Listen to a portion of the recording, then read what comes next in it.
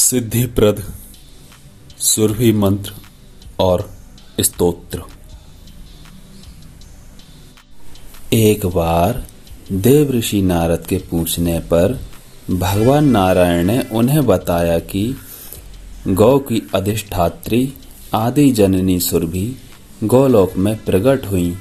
वह गौ की अधिष्ठात्री देवी गौ की आदि, गौ की जननी तथा संपूर्ण गौ में प्रमुख हैं। मुने, समस्त गौ से प्रथम वृंदावन में उन सुरभि का ही जन्म हुआ है। अतः मैं उनका चरित्र कहता हूँ, सुनो।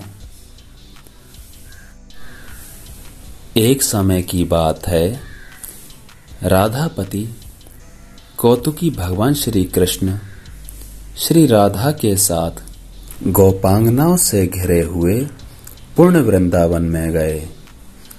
कौतुकी हल थक जाने के बहाने सहसा किसी एकांत स्थान में बैठ गए और उन स्वेच्छा में प्रभु के मन में दूध पीने की इच्छा हुई। उसी क्षण उन्होंने अपने वाम भाग से लीला पूर्वक सुरभि गौ को प्रकट किया। उस गौ के साथ बछड़ा था। सुरभि के थनों में दूध भरा हुआ था। उसके बछड़े का नाम मनोरथ था। उस सवत्सला गौ को सामने देखकर श्री दामा ने एक नूतन पात्र में उसका दूध दूहा। वह दूध जन्म और मृत्यु को दूर करने वाला एक दूसरा अमृत ही था। स्वयं गोपीपति भगवान श्री कृष्ण ने उस स्वादिष्ट दूध को पिया। फिर हाथ से वह भांड अर्थात बर्तन गिरकर फूट गया और दूध धरती पर फैल गया। गिरते ही वह दूध सरोवर के रूप में परिणत हो गया। उसके चारों ओर की लंबाई और चौड़ाई 100 योजन हो गई। वही ये सरोवर गोलोक में क्षीर सरोवर के नाम से प्रसिद्ध है। गोपिकाओं और श्री राधिका जी के लिए वह क्रीड़ा सरोवर बन गया। सभी वहां मनोरंजन करने लगीं। अमूल्य रत्न द्वारा उस परिपूर्ण सरोवर के तट बन गए, अर्थात घाट बन गए। भगवान श्री कृष्ण की इच्छा से उसी समय अकस्मात असंख्य कामधेनु गौ प्रकट हो गईं। जितनी वे गाय थीं, उतने ही गोप उस सुरभि गौ के रोमकूप से निकल आए। मुने, उस समय भगवान श्री कृष्ण ने देवी सुरभि की पूजा की। तत्पश्चात त्रिलोकी में उन देवी की दुर्लभ पूजा का प्रचार हो गया। दीपावली के दूसरे दिन भगवान श्री कृष्ण की आज्ञा से देवी सुरभि की पूजा संपन्न हुई। यह प्रसंग मैं अपने पिता धर्म के मुख से सुन चुका हूँ। महाभाग, देवी सुरभि का ध्यान, स्तोत्र, मूल मंत्र तथा पूजा की विधि का क्रम में तुमसे कहता हूँ, सुनो। ओम सुरभ्यै नमः। सुरभि देवी का यह षडक्षर मंत्र है। 1 लाख जप करने पर यह मंत्र सिद्ध होकर भक्तों के लिए कल्प वृक्ष का काम करता है। ध्यान और पूजा यजुर्वेद में सम्यक प्रकार से वर्णित है, जो रिद्धि, वृद्धि, मुक्ति और संपूर्ण कामनाओं को पूर्ण करने वाली है।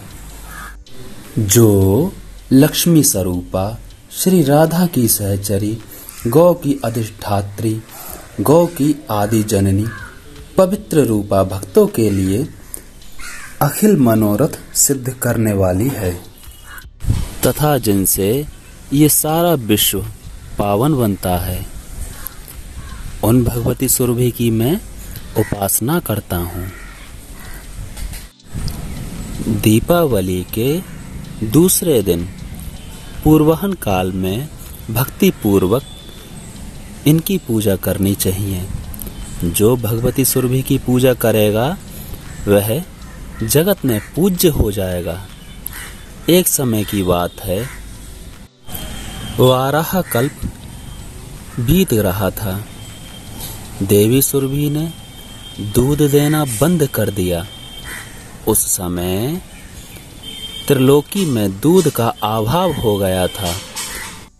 तब देवता अत्यंत चिंतित होकर ब्रह्मलोक में गए और उनकी स्तुति करने लगे।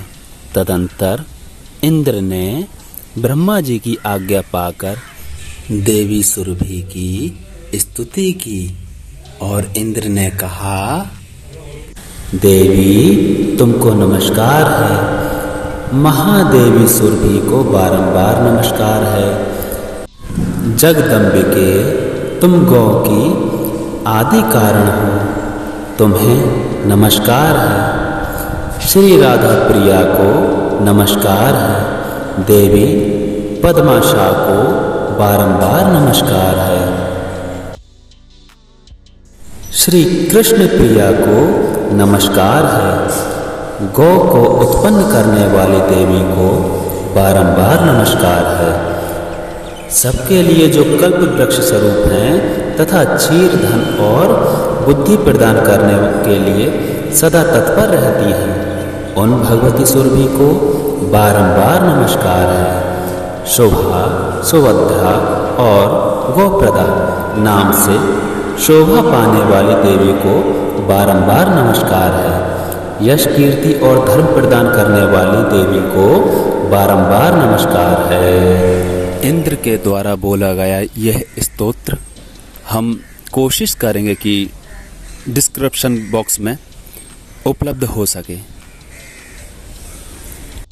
इस प्रकार स्तुति करते ही जगत जननी भगवती सुरभि संतुष्ट और प्रसन्न हो वह ब्रह्मलोक में ही प्रकट हो गईं। वह सनातनी देवी देवराज इंद्र को परम दुर्लभ अभिष्ट वर देकर गोलोक में चली गईं। देवता भी अपने अपने स्थान को चले गए। नारद अब विश्व सहसा दूध से परिपूर्ण हो गया। दूध से घृत बना और घृत से यज्ञ संपन्न होने लगे तथा उससे देवता संतुष्ट हो गए। जो मानव इस महान पवित्र स्तोत्र का भक्ति पूर्वक पाठ करेगा वह गोधन से संपन्न प्रचुर संपत्ति वाला परम यशस्वी और पुत्रवान हो जाएगा और संपूर्ण तीर्थों में स्नान करने तथा अखिल यज्ञों में दीक्षित होने का फल सुलभ होगा। ऐसा पुरुष इस लोक में सुख भोग कर अंत में भगवान श्री कृष्ण के धाम को प्राप्त होता है। वह वहां चिरकाल तक रहकर भगवान की सेवा करता रहता है। पुनः इस संसार में उसे नहीं आना पड़ता। वह ब्रह्मलोक में ब्रह्मा जी का पुत्र होकर वहीं निवास पाता है। ये देवी भागवत में कहा गया है।